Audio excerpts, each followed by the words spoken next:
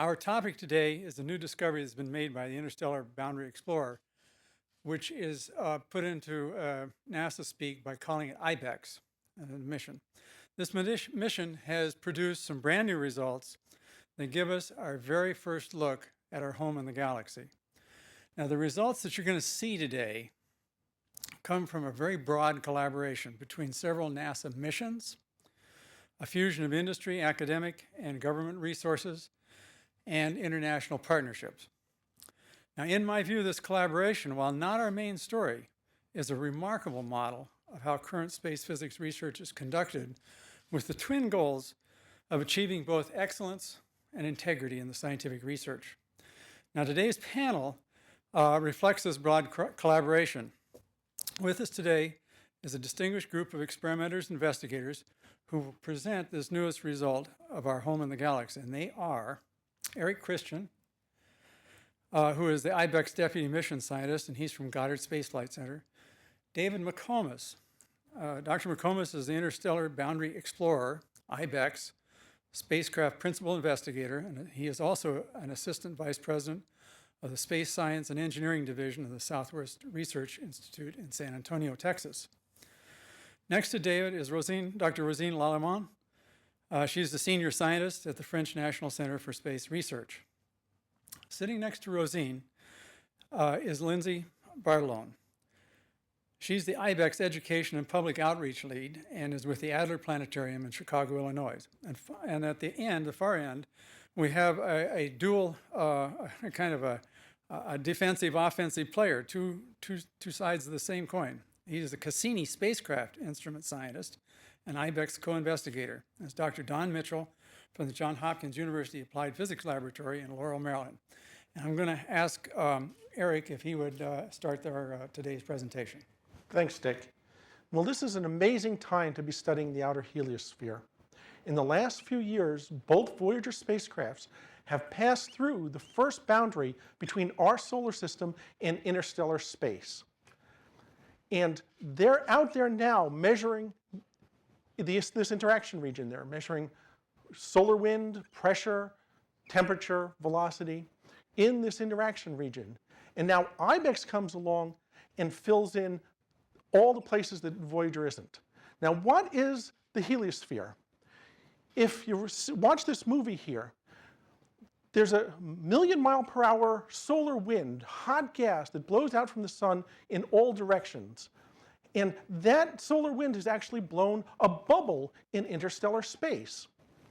That bubble has a bunch of different layers. There's an inner region, mostly spherical, where the solar wind is moving very quickly, and then it slows down drastically at what's called the termination shock and flows down into a long comet-shaped tail. It's in between this termination shock and the boundary that the Voyagers are right now measuring. And then there's actually an interstellar wind that's pushing on the heliosphere from outside and flowing around this comet-shaped heliosphere. So we're going to show you some new results from IBEX.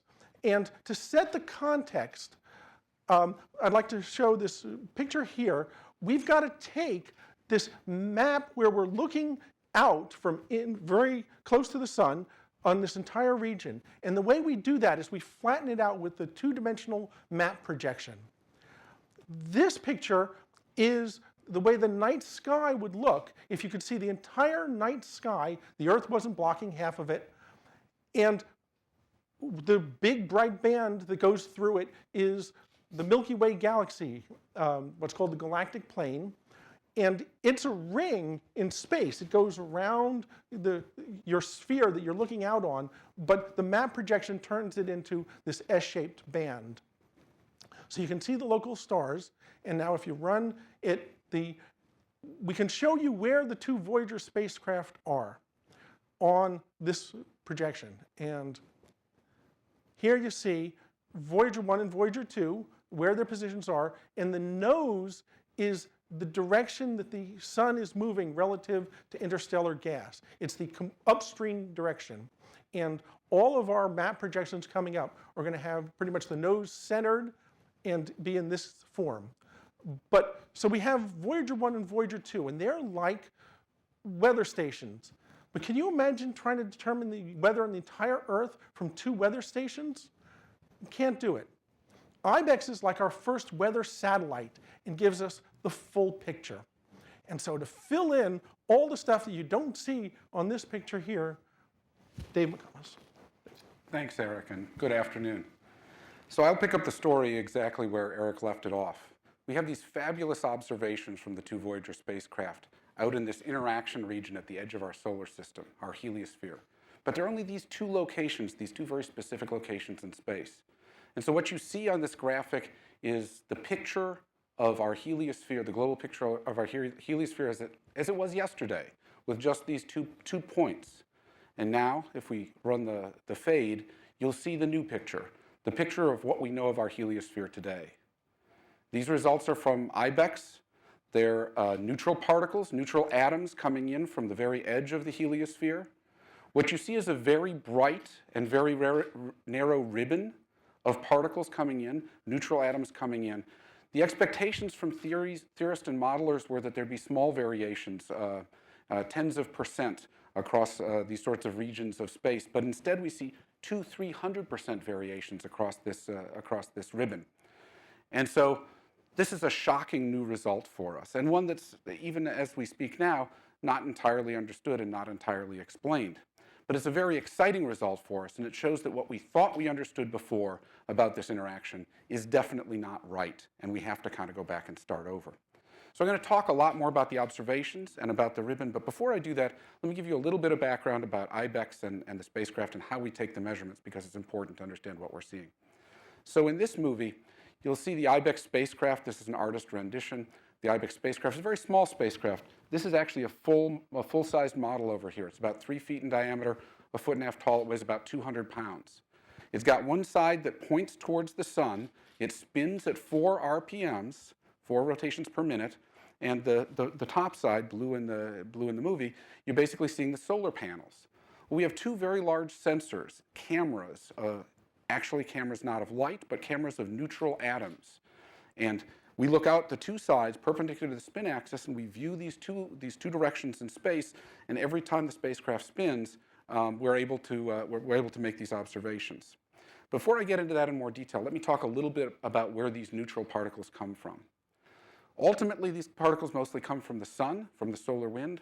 Eric already mentioned the solar wind, this million-mile-an-hour gas that goes spreading out from the sun all the time. If we run the movie here, we'll start with the sun. So here you see a picture of the sun. We move in close into the solar corona, million-degree corona.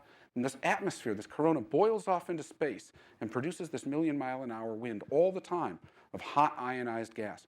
As those particles flow radially outward, they drag out the magnetic field from the sun. And when they get out into this interaction region, as you see here, and we'll blow that region up, they actually are tied to magnetic field lines, because all charged particles are tied to magnetic field lines. So they go around and around, gyrating around the field. And sometimes they come close to another particle and steal an electron. And when they can steal an electron, they go zipping off in whatever direction they were going. And some of them go right back in towards us and go right in the aperture of the IBEX spacecraft. And I like to think of that as sort of a 10 billion mile away hole-in-one for one of these neutral atoms coming in from the boundary of the solar system. So we talked a little bit about how the ENA cameras, energetic neutral atom cameras, look off the 2 sides. That allows us to see a swath of the sky as the spacecraft spins. And in the graphic that we have here, go ahead and run that, please. You can see the 2 fields of view, these 2 pixel fields of view, looking off to the 2 sides. And as the spacecraft spins around, each of IBEX high and low views all the way around in this great circle and takes excellent measurements of the ENAs coming in this circle. Okay, but that's not a sky map. We had to find a way with this small, cheap spacecraft to actually see all of the sky. And so we used something that we naturally had. We only have one side that has solar panels on it. And so what we do is we point that side towards the sun. And as the Earth goes around the sun, and let's run this next graphic, as the Earth goes around the sun, we keep repointing the spacecraft so it's pointing towards the sun. If you can roll this movie, please. And as we repoint the spacecraft, the swath of the sky that you observe rotates around. And so you end up basically, over the course of half a year, by the spinning of the spacecraft and the repointing of the spacecraft, observing all directions in space. Okay, so that's how we view these energetic neutral atoms, how we can see them coming from all directions in space. I'd like to start the next movie. It shows IBEX in orbit around the Earth. IBEX is actually making these measurements from an Earth orbit. It's a very high altitude Earth orbit. We go almost all the way out to the moon, about 50 Earth radii, and then come back in. It takes about a week for IBEX to orbit around the Earth and make a full orbit. Over that week, we're at high altitude for most of the time, measuring these neutral particles, and then we come in close, we downlink our data. Now we're going to back away from this view, and as we back away from this view, you're going to see that that's the Earth. We're going to now see the orbits of Venus, of Mercury, the Sun itself, and you can see the direction of motion through the local interstellar medium, and painted in the backdrop, you can see these measurements that we've just made of the ribbon. So we're inside a sphere looking around in all directions and measuring these particles coming from all directions. If we back out of that sphere and see it from the outside, you can imagine taking a knife and cutting through that sphere and opening it up and flattening it out onto a page. And that's the sky map that you're seeing, and all of the observations we're going to talk about are in this format. So the nose is at the middle, that's the direction we're going through the galaxy. The tail is on the far right and left. North and south poles are where they are. So IBEX doesn't only measure particles at one energy, but actually measures particles over a broad range of energies, from about 10 electron volts all the way up to 6,000 electron volts. And this next graphic that you're going to see is actually a set of 5 sky maps, not just one, but 5 sky maps at different energies. And they correspond to neutral hydrogen atoms coming in with speeds between 500,000 miles an hour and about 2.5 million miles an hour. And what you see as we sort of go through, fade through the different energies, is that this ribbon changes and appears to get broader as you move away from 1 kilovolt, about 1 million mile an hour particles. It's actually not getting broader. What's happening is it's not as bright compared to the background, and so you're sort of seeing the background, the distributed flux from around there coming up. There are a lot of really fascinating things in these measurements. You can see in this one, for example, a bright spot up at high latitudes on the left-hand side, which has a very different sort of a feature than much of the rest of the ribbon. So there's a lot of really great detailed information in these sky maps. Another thing that we scientists always want to do is we want to be able to confirm our results, and that's especially important when we find something that's not what we expected, that doesn't agree with theory, doesn't agree with model. How do you know you're right? How do you know that you can really trust these results? And so IBEX, by its very design from the beginning, has these 2 sensors, IBEX high and low, measuring 2 different energy ranges, but we overlap the energy ranges in a way that we were able to measure in the most important energy range at about 1 kilovolt. We were able to measure independently with the two instruments. And so the graphic that we've put up now shows on the top the IBEX high sky map at 1 kilovolt, 1.1 kilovolts, and the IBEX low sky map at about 1 kilovolt. Very similar energies. And while there's much better statistics in the IBEX high sky map on top, clearly the ribbon is present, is in the same place, and has the same sort of characteristics as measured by IBEX low. So these measurements are completely independently confirmed by IBEX itself, and you're going to hear a little later in this press conference, they're also confirmed and in fact extended with the Cassini observations, which Don will talk about shortly. So it would be shocking enough if what we found was a ribbon that was tens of degrees wide, 10, 20 degrees wide. But it's even more shocking than that, because when we look with really high resolution, and IBEX has the sensitivity to really look at very narrow angular resolution, we actually see fine structure. And the graphic that we've put up here takes a piece of this ribbon south of the equator and blows it up. And in addition, what we've done now is we've binned up the individual particles that we observe coming in half-degree bins, and we've summed those half-degree bins until we get about 100 counts in a bin, which is a good statistical number. When you do that, what you see is the ribbon itself has got a lot of fine structure in it, that there are actually structures in there that are much brighter than the adjacent things that are only 1 degree or 2 or 3 degrees wide. That's really shocking when these things are coming from a region that's so large and so distributed. And nobody expected to see anything like that fine structure.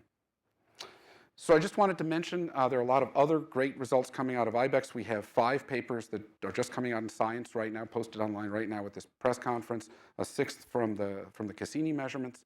They cover a lot of different areas. I wanted to mention one more area for you, and that's the direct detection of interstellar neutrals. In addition to these neutral atoms, which are created in the interaction region at the boundaries of the heliosphere, there are also very low energy neutrals that are just wandering into the heliosphere as we move through the galaxy. And previously, spacecraft observations had seen helium directly. But with IBEX, we've now made and have just published the very first observations, direct observations of interstellar hydrogen and oxygen, in addition to observing helium. And in the graphic that's put up now, you can see those three. These are from the low energy detector, IBEX low. And you can see these quite localized bright spots that are produced by the different species. And they come from a time when IBEX is in exactly the right spot in the orbit that the particles coming in from the interstellar medium feel the force of gravity, are bent around, and come right into the aperture. And so it's yet another type of observation of this interaction that we're making. So with my final graphic, I want to answer the question, so what is this ribbon and what does it mean? Unfortunately, I can't answer that question because we don't know what this ribbon really is. We know some interesting things about it, though. As soon as we saw this, and we're building up the sky maps week by week, and we see this bright thing, like, wow, what's that? And it goes around and it starts to wind up, and holy moly. So as we're looking at that, and as it's building up, people start to say, what could it be? What could it correlate with? And we pretty quickly realized that the external magnetic field in the galaxy, the local part of the galaxy, what's called the local interstellar magnetic field, was oriented in just such a way that it seemed to organize these data and correlate with the ribbon. And in the graphic that we've put up here, you can see the sort of a picture from the outside looking in. We've painted the ribbon and the particle fluxes on this boundary of the heliosphere. And then we've put in the expected orientation of the external magnetic field. And you can sort of think of that external magnetic field like a bunch of bungee cords. If you're pushing a beach ball through bungee cords, it kind of drapes around and pushes in on the beach ball, but it also changes the shape of the bungee cords. And that's sort of what magnetic field lines are like. And so what you see here is the external magnetic field pushing in the southern hemisphere of the heliosphere, and also pushing in and squeezing it from the sides. And just exactly where it's most bent and most draped around the outside is exactly where the ribbon is lying. Really a remarkable correlation, and almost surely telling us that somehow this external magnetic field is really playing another dominant role in the interaction. But we don't understand the physical connection. We don't know why having an external field that drapes around that way and pushes on the outer boundary that way really produces these 200, 300% higher fluxes than the surrounding regions. And that's a really exciting and interesting part where we now have to go back and try to figure out what physics we're missing in all our models and understanding. And so with that, I'd like to pass it over to Rosine Lallemand, who's an expert in the environment around our heliosphere. Thank you, Dave. Let's go back to the location of the sun in our galaxy. And you may wonder whether such a galactic wind able to stop the solar wind and confine it within our heliosphere is a common situation. And the answer is yes. And as you can see in this movie showing the galaxy is rotating, but it is not rotating rigidly like a solid body. Instead, all the stars and the clouds of gas and dust, they are all moving with respect to each other. This is due to the constant recycling of the matter, stellar formation, explosion, etc. So this is as a consequence, our sun is moving with respect to the ambient medium. Presently, our star is crossing a very small interstellar cloud, and this cloud is shaping our heliosphere. For the other stars, of course, there are also same types of structure. They are called astrospheres. And in this picture here, you can see three nice examples of such astrospheres recently imaged by the best telescopes. And you can see from these three examples the big diversity. I mean, all these astrospheres are different because they are governed by the stellar type, the type of medium which is the star is going through, and the speed of the star, the environment. So all are different. Here, as an example, you can see on the top left a young star which is going very fast, traveling very fast through the Orion Nebula. And you can see very nicely the structure. This is HST. And on the top right, you can see a very different example of a complex binary system where this system is ejecting a very dense wind forming a peculiar shape. And at the bottom, you see the tail, which is as long as 10 light years, which is left behind the nearby star Myra, which has been imaged by the Galactic spacecraft in the far UV. But these three cases and all the image cases of astrospheres are extreme cases. There is no way to get such images for our heliosphere. And the reason is, well, there are many reasons, is that first, the solar wind is very weak, is among the weakest winds. The speed of the sun through the ambient medium is low, is small, and especially we are going through a very tenuous interstellar cloud. And we are in a very quiet environment, no bright star around to illuminate the scene. So this is why we are unable to get those images. But this is where having images of the heliosphere by IBEX is so exciting because, thanks to this beautiful idea to replace the photons by energetic neutral atoms has allowed to get such an image. Okay, going back to this image that you have seen previously, maybe the most exciting is the ribbon, the spectacular ribbon that you can see. This ribbon was totally unexpected, and the axis of the ribbon, as Dave mentioned, corresponds to the direction which has been inferred to be very likely the direction of the ambient interstellar magnetic field, the magnetic field around the heliosphere. And as a matter of fact, an experiment on board the SOHO spacecraft, called SWAN, has demonstrated that our heliosphere is very strongly distorted and very likely under the action of such an inclined magnetic field. And if you see that this direction of the magnetic field is offset, is completely different from the direction of motion. You can see our heliosphere here as a gigantic interstellar magnetic compass. I mean, in the same way a needle is orientated by the Earth's magnetic field, here the orientation taken by the nose of our heliosphere gives you the direction of the ambient interstellar magnetic field. So even if this ribbon is organized around the ambient field, as Dave said, it is not understood. And this is also very exciting because it is calling for a new physics. And also, well, this new physics will evidently apply to the other system, to the other astrosphere. And this is extremely interesting too. Okay, Lindsay now will tell us about our heliosphere and how it is a comfortable location. Okay, so the heliosphere is our home in the galaxy.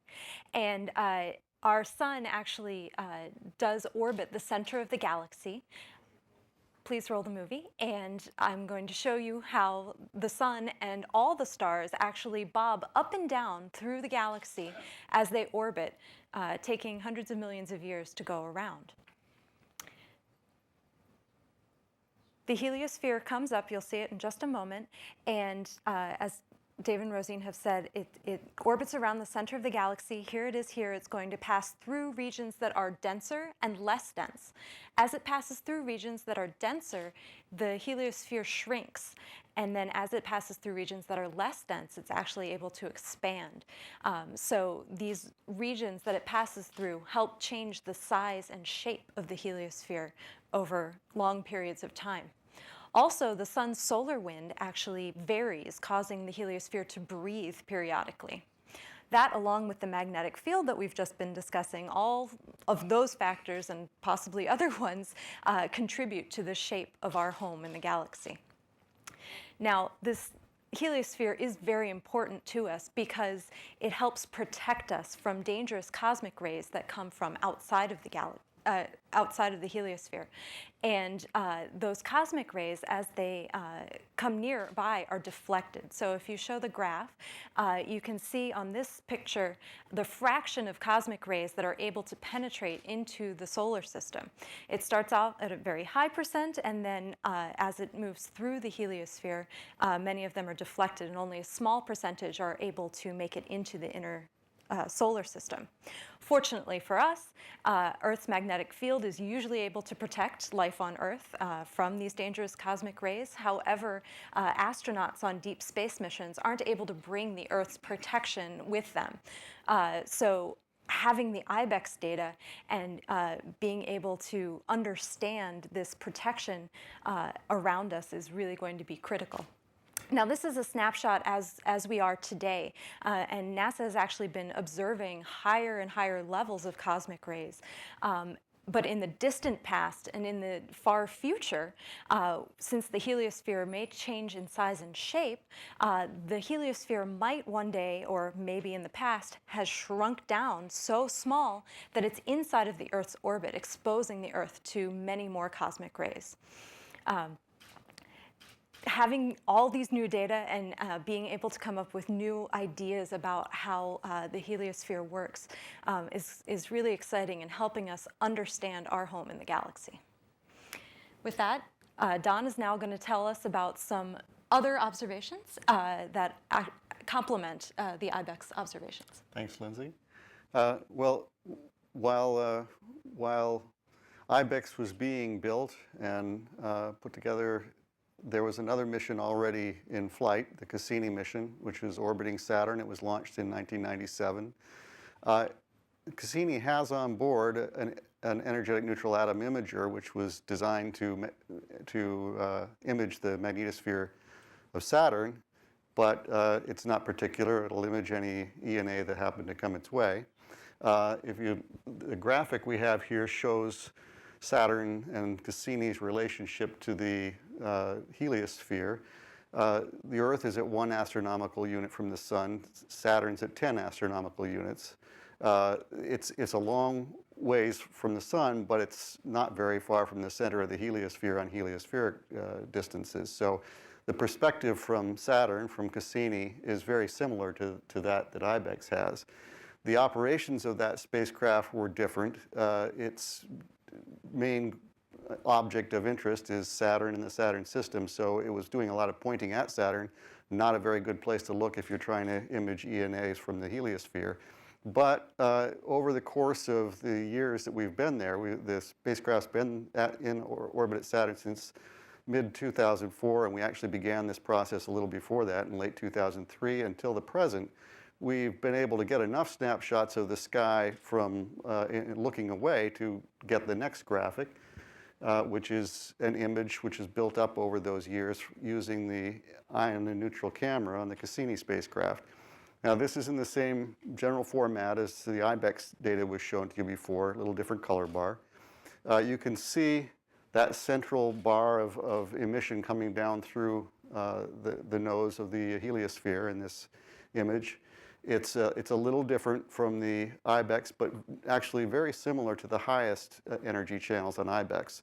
The Incus sensor starts off at about 8 kilovolts, which is about a factor of 2 higher in energy than the highest energy channel on IBEX. So this is very complementary to IBEX. And the fact that we see a structure that's extremely similar to what the high energy channels on IBEX show is a very good confirmation of those results right off the bat. Now, you can see, if you squint, that there's a Voyager 1 and Voyager 2. They're in the same position in this diagram as they were shown earlier.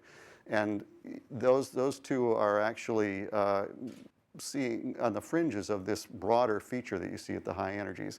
But the other interesting feature of this diagram are the 2 blue areas. Those are voids where there's very little emission. And this is where we think that the local interstellar magnetic field points. It's very similar to what Dave was talking about earlier. If we look at the next graphic, this is the same data, but now displayed in galactic coordinates.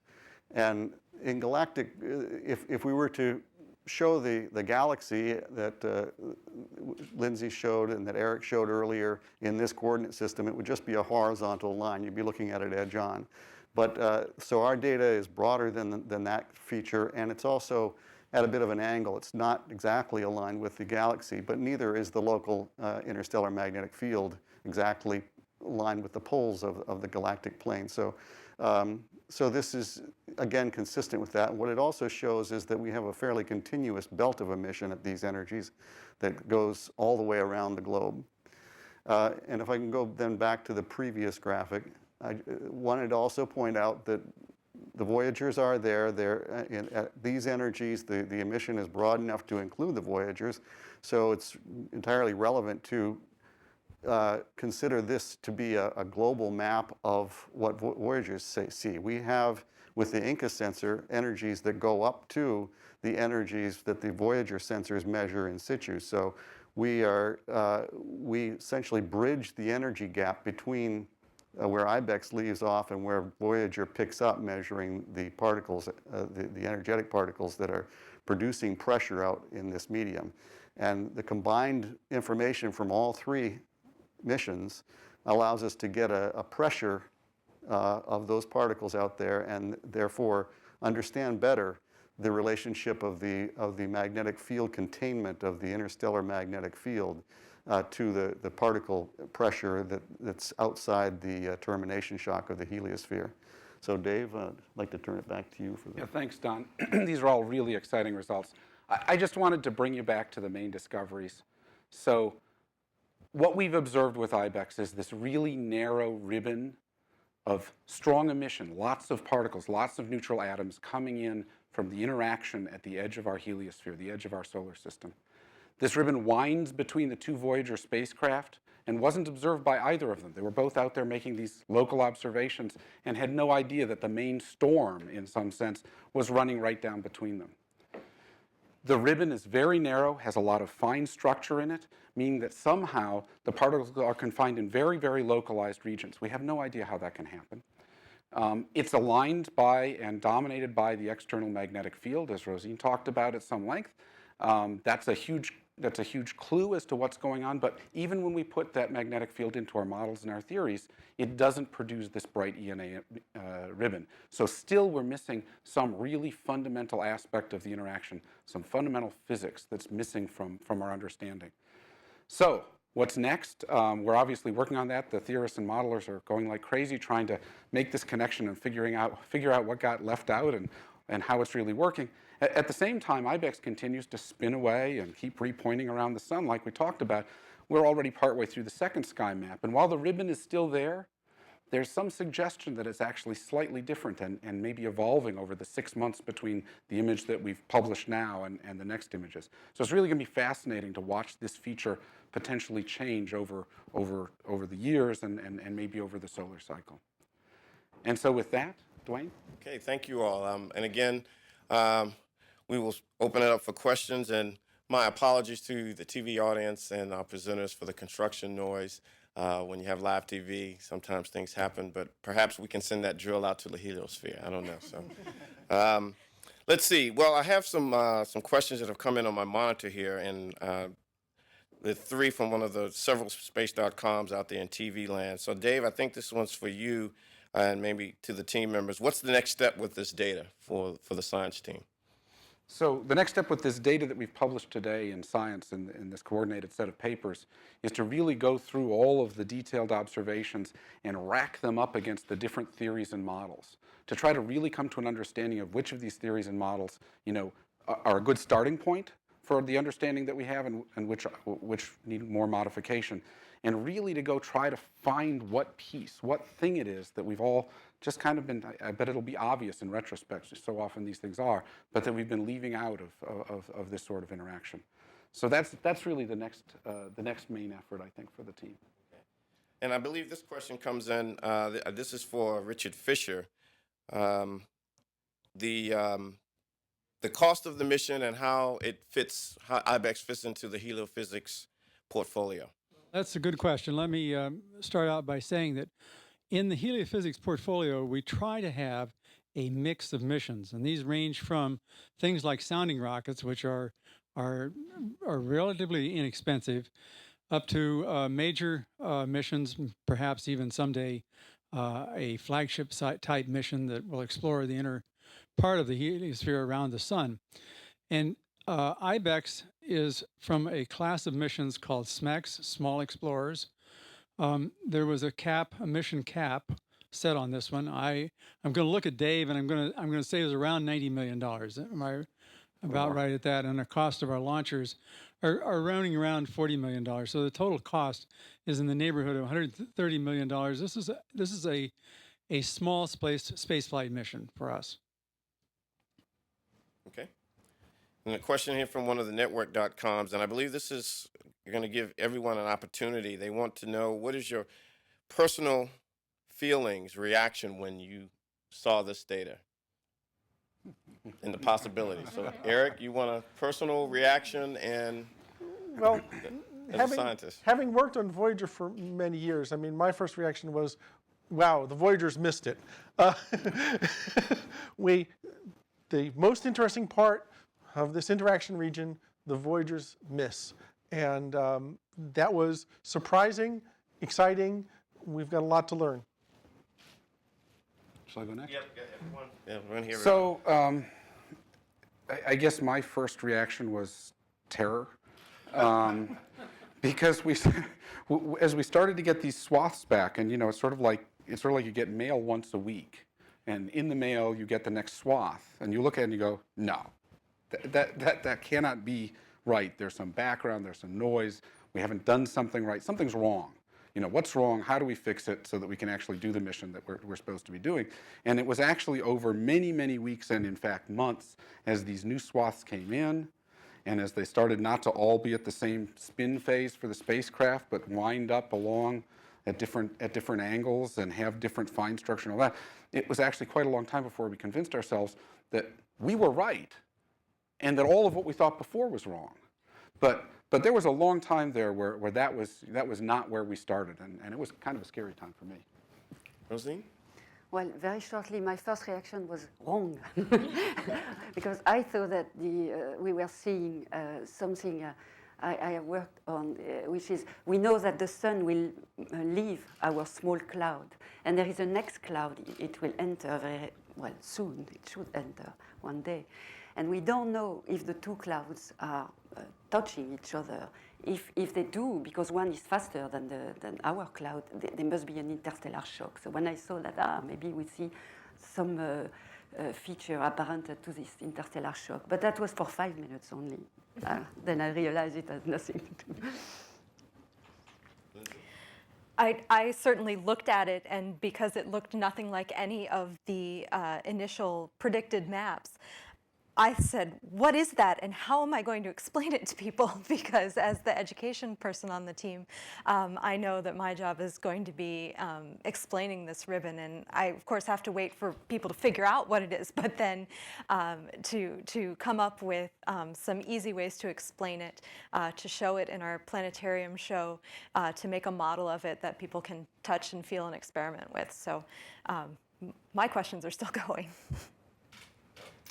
Well, I think my reaction was somewhat similar to Dave's in that I didn't see it coming in day by day, but I was doing this independent measurement with the Cassini spacecraft and trying to put together this sky map, and it was quite a job. It's a different kind of a mission. We're pointing all over the place. We have to motion compensate everything on the spacecraft. We've got to get the right frame. It was quite a lot of software to develop, and so every time I'd see a new map, I'd say, that can't be right, and a lot of times it wasn't. But toward the end, we started getting very consistent results, and then when we started comparing them with IBEX, and we're getting very consistent results with IBEX, that's when my confidence grew in what we were doing, and it's really turned out to be a treasure, so very happy with it. Well, Lindsay, from there, when I can hear my earpiece, you guys are doing a really good job explaining it. So I believe we're going to go take a question on the phone from Irene from Discovery. Irene? Hi, thanks very much. I just had a question for Lindsay. I was struck by your comment about the possible changes in the heliosphere, and I was just wondering if you or some of your colleagues there might elaborate on what sort of what would have to happen to the sun to have the heliosphere smaller within the orbit of, or even shorter length than the Earth's orbit. Thanks. Okay, well, I'll start. What would really have to happen, as Rosine was mentioning, is that we would have to clear out of our current environment and pass into an area of gas and dust that is much, much denser than the part we're currently in. And that would cause the heliosphere to shrink in. And after that, I don't know, Dave, if you have... I guess I'd like to comment too. I mean, the size and shape of this heliosphere is driven by two things. It's inflated from the inside by the solar wind, and it's squeezed from the outside by the magnetic field and by the motion through the local environment. And so it's sort of a balance between those two.